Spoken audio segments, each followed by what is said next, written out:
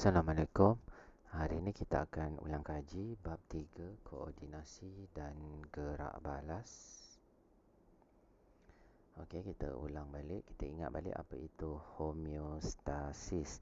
Homeostasis itu adalah pengekalan keadaan persekitaran dalam badan sesuatu organisma agar seimbang dan stabil. Maksudnya homeostasis ni nak memastikan badan organisma, contohnya badan manusia, dalam keadaan stabil dan seimbang. Apa yang stabil dan seimbang tu? Kita ambil dua contoh lah, iaitu kandungan air dan juga suhu badan. So dia ada mekanisma dia, kawalan homeostasis ni. Contohnya kita ambil suhu badan lah. Contohnya julat suhu normal. Tiba-tiba suhu badan meningkat. Apa jadi? Pusat kawalan iaitu otak akan mengesan lah suhu badan meningkat. Jadi dia akan mengaktifkan mekanisme pembetulan, maka suhu akan kembali normal. Sama juga kalau suhu badan menurun, pusat kawalan iaitu otak, dia akan kesan lah dan mengaktifkan mekanisme pembetulan, jadi suhu pun kembali normal. So itu adalah homeostasis. So kita tengok dengan lebih dekat lagi. Contoh kawal atur kandungan air dalam badan. Contohnya aras air meningkat. Okey, aras air dalam badan bertambah, meningkat disebabkan kita minum banyak sangat air. So, apa yang akan berlaku? Otak tadi, pusat kawalan, mengesan peningkatan aras air dalam badan. Kemudian otak akan merembeskan hormon supaya ginjal menghasilkan air kencing yang banyak. So, bila kita banyak kencing, kandungan air akan menurun. Sebab tu kalau kita banyak minum air, kita akan mudah untuk rasa nak terkencing. Okey, berbeza pula bila kandungan air dalam badan tu menurun. Maknanya contohnya kita bersukan, kita tak minum air. Jadi kandungan air dalam badan menurun disebabkan oleh kehilangan air akibat daripada perpeluhan, kan. So apa yang akan berlaku? Okey, aras air menurun sebab tadi cikgu sebut tadi sebab berpeluh. So apa akan berlaku? Otak, pusat kawalan tadi akan mengesan penurunan aras air dalam badan. Otak dia akan merembeskan hormon, sama juga supaya ginjal menghasilkan air kencing yang sedikit. Itu satu. Dan otak juga akan menghantar signal kepada badan kita untuk kita berasa dahaga. So kesan dia, kita akan kurang kencing dan juga kita akan dahaga. Maknanya kita akan minum lah. Bila dahaga mesti kita nak minum. So kandungan air akan kembali meningkat lah bila kita minum air. Apa jadi kalau kita tak minum air? Itu yang akan menyebabkan kematian lah. Contohnya dalam peristiwa heat stroke ataupun apa dah, cikgu dah lupa lah nama dia. Nanti cikgu ingat, cikgu sebut lah. Okay. So itu proses kawal atur kandungan air dalam badan. Contoh dehydration lah. Dehidrasi. Okay. Bila dehidrasi, kita tak minum, kita boleh meninggal lah. Okay. Ada kes tentera, dia berlatih larian. Dia tak minum, dia tahan tak minum. Akhirnya badan dia kehilangan banyak air dan badan kita memerlukan air, kan. So bila badan dah terlalu kering, air dah terlalu sedikit, boleh menyebabkan kegagalan fungsi badan, jadi boleh menyebabkan kematian lah. Sebab tu waktu panas kita kena sentiasa minum air lah. Okey, seterusnya kawal atur suhu pula dalam badan. Bila suhu badan meningkat, contohnya kita demam ataupun disebabkan oleh suhu persekitaran yang panas, so otak akan mengesanlah peningkatan suhu. So salur darah mengembang, bulu roma condong, berpeluh, aktiviti otot rangka dan perembasan hormon tertentu berkurang, air kencing sedikit. So ini mekanisme yang boleh menyebabkan suhu badan menurun lah. Okey, apa jadi bila suhu badan apa jadi bila tadi suhu badan meningkat lah.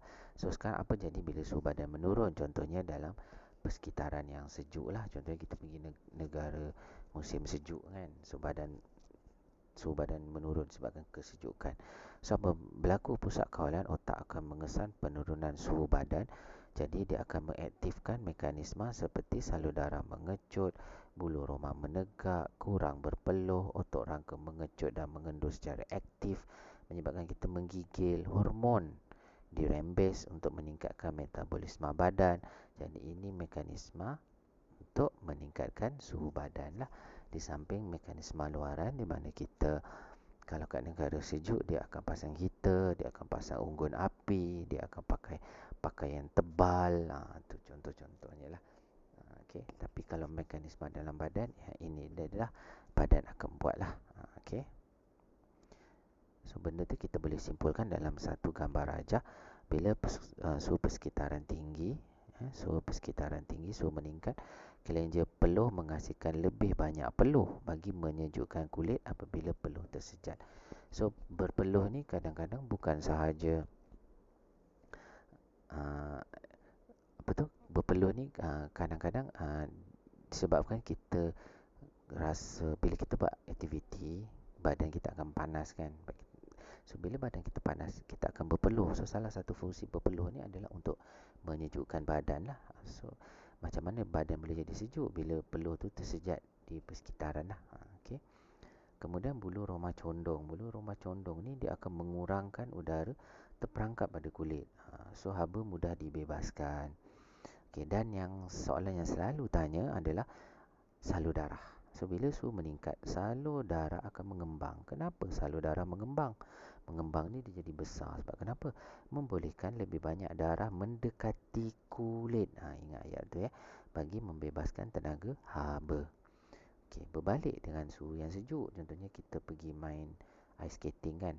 So bulu roma akan menegak supaya dapat memerangkap satu lapisan udara yang bertindak sebagai penempat haba. So bulu roma menegak. Okey. Salur darah apa jadi? Dia akan mengecut, dia akan mengecil supaya lebih banyak darah menjauhi kulit bagi mengurangkan pembebasan tenaga haba. Okay. So bila salur darah mengecil apa jadi? Kita akan mudah mengah lah. Okay. Sebab tu kalau pemain bola sepak Malaysia bila dia main bola sepak di luar negara, di kawasan negara sejuk macam Eropah misalnya, dia akan mudah rasa mengah lah. Dia akan badan dia rasa lain sikit sebab salur darah tu dia akan mengecut lah sebab mekanisme ni lah bila suhu berkurang lah. Kalau kamu pergi kat negara-negara sejuk, contohnya nanti bila musim sejuk boleh melancong, kamu pergi ke kawasan sejuk seperti New Zealand contohnya, atau Australia belah Tasmania contohnya. Cuba kamu berlari waktu musim sejuk tu, kamu akan cepat mengah lah sebab badan kita tak biasa kan. Okay. Sebab salur darah tu dia mengecut. Okay, seterusnya homeostasis dalam haiwan. Contoh homeostasis dalam haiwan kucing. Kenapa kucing suka menjilat bulu? Sebab dia nak menyejukkan badan. Itu mekanisme utama dia lah. Bukan kerana dia nak bersihkan bulu dia, tapi lebih kepada dia nak menyejukkan badan dia. Okay. Anjing pula kenapa dia suka menjelitkan lidah? Sama juga untuk menyejukkan badan yang panas. Anjing dan kucing hanya mempunyai kelenjar peluh di kawasan tapak kaki. Jadi dia perlulah buat aktiviti yang di atas ni lah untuk menyejukkan badan. Okay, bagi haiwan reptilia dia berdarah sejuk, cold blooded. So bila berdarah sejuk, badan dia dipengaruhi oleh persekitaran lah. So jika persekitaran sejuk, aktiviti badan dia perlahan, metabolisme rendah, suhu badan dia menurun.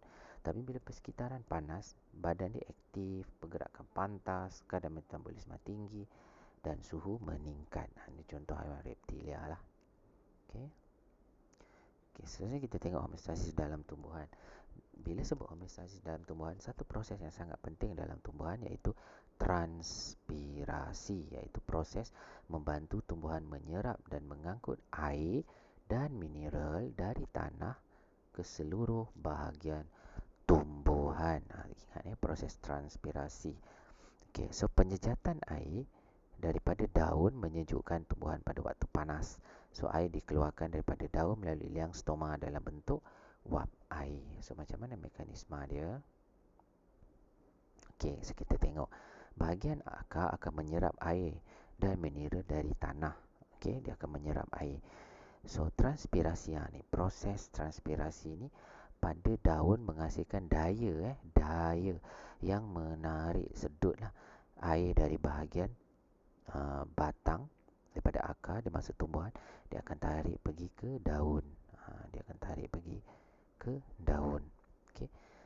So apabila air sampai ke daun, air itu akan bila sampai ke masa kat batang atau kat bahagian daun nanti kembang belajarlah, air itu akan digunakan. Okey, selepas digunakan, ada lebihan, air itu akan dikeluarkan melalui satu liang, nama dia liang stoma pada daun. Sebab tu kalau kamu lihat ada istilah air embun. Okey. Okey, so apa jadi? Air yang berlebihan tu akan dikeluarkanlah daripada tumbuhan, dan tumbuhan tu boleh menyejuklah disebabkan pada penyejatan tadi. Okey. So ini adalah benda penting yang kamu akan belajar sampai tingkatan 3. Liang stoma. Apa fungsi liang stoma ni? Yang mana liang stoma? Ni sel pengawal. Ini sel pengawal warna hijau ni. Okey, yang ni kloroplas, yang bintik-bintik ni. Okey, mana stoma? Yang ni bukaan ni. Okey. Ini kita panggil stoma. Liang stoma. So pada waktu siang, liang stoma terbuka untuk membolehkan air tersejat daripada daun melalui transpirasi. Pada suhu tinggi pula, stoma akan tertutup untuk mengurangkan air tersejat keluar daripada daun. Sebab air kan diperlukan. So kalau waktu panas, takkan dia nak kehilangan air. Jadi stoma akan tutuplah untuk mengelakkan kehilangan air. Okey. So stoma terbuka dan tertutup ni, apa yang mengawal dia? Sel pengawal. Okey, so itu je ulang kaji untuk bab ni. Mudah saja untuk kamu ingat. Nanti form 2, form 3 kamu akan jumpa balik benda ni. Okey, so ini benda basic lah. So itu saja untuk ulang kaji kita hari ini. Sekian, terima kasih. Assalamualaikum warahmatullahi wabarakatuh.